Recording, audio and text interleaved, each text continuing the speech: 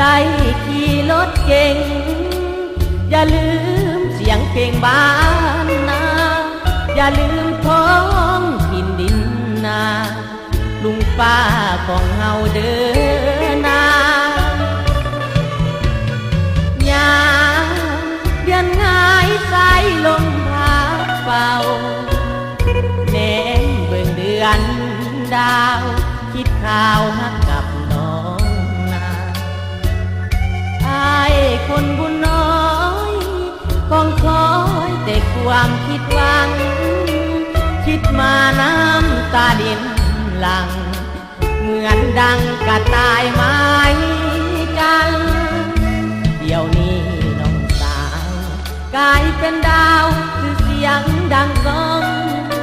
สมงามผิวพรรณขาวของมีทั้งผู้ครองคนที่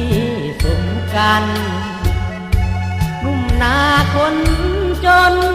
หน้ามนน้องคงสุขสันต์